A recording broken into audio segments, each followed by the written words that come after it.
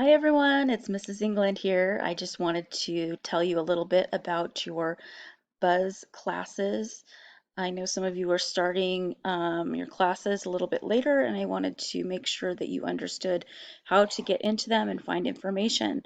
So one of those might be, say, English. That's one of the classes that I teach. And so you will see that you can look at your grade and how much progress you've made in class. That's how far have gotten.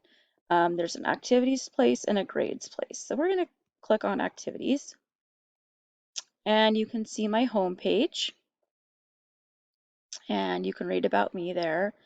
And that would be, you can copy and paste to get if the video about me doesn't come up right away. And there is my information to get in touch with me. And there's a sample schedule for you. And then there are the activities, okay? They're broken up into folders. You start with Unit 1, and then there's your to-do list.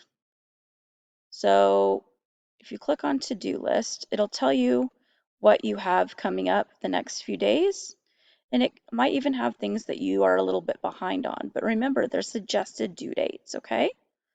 So if we go back, you can also look. You see your progress here and your grades here. I'm not going to click on all the grades because I don't need to see all of them, but you can also hide your scores if you want. So let's look at some of the activities, okay? So if we were going to go and take a quiz, it says I have to be enrolled to continue, but that's what the quiz would look like. Or you could take the quiz. I'm going to go back and it'll say that checked off the things that you have done already. But I can go in the activities and I can read the information here and it will tell me about the activities. Please notice up here, those are page numbers to get to the next part of the lesson. Okay, so you need to actually go through the lesson this way. In English class, there's always a virtual backpack with words that you need to study. They call them rescue words.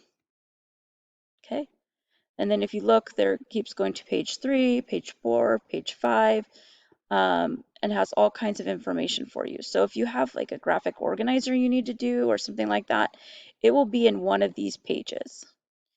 It often will tell you your assignment on the last of the pages, but sometimes on the first. It just kind of depends. And then if you're ready to go to the next activity, you can usually just click the next one and it'll tell you more about it. Okay, so let's go to the next thing here.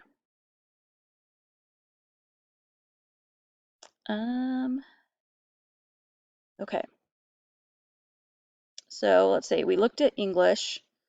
So let's look at our calendar. That's the other way you can find what is due for you. So if you noticed, it says that this past Monday, algebra, English, and world history had things that were due. And this particular student has a check mark next to them, meaning that they are already submitted.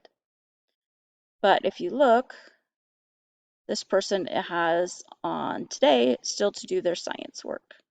So it just kind of helps you with pacing. They're suggested due dates. You don't have to do them right away, but it is helpful.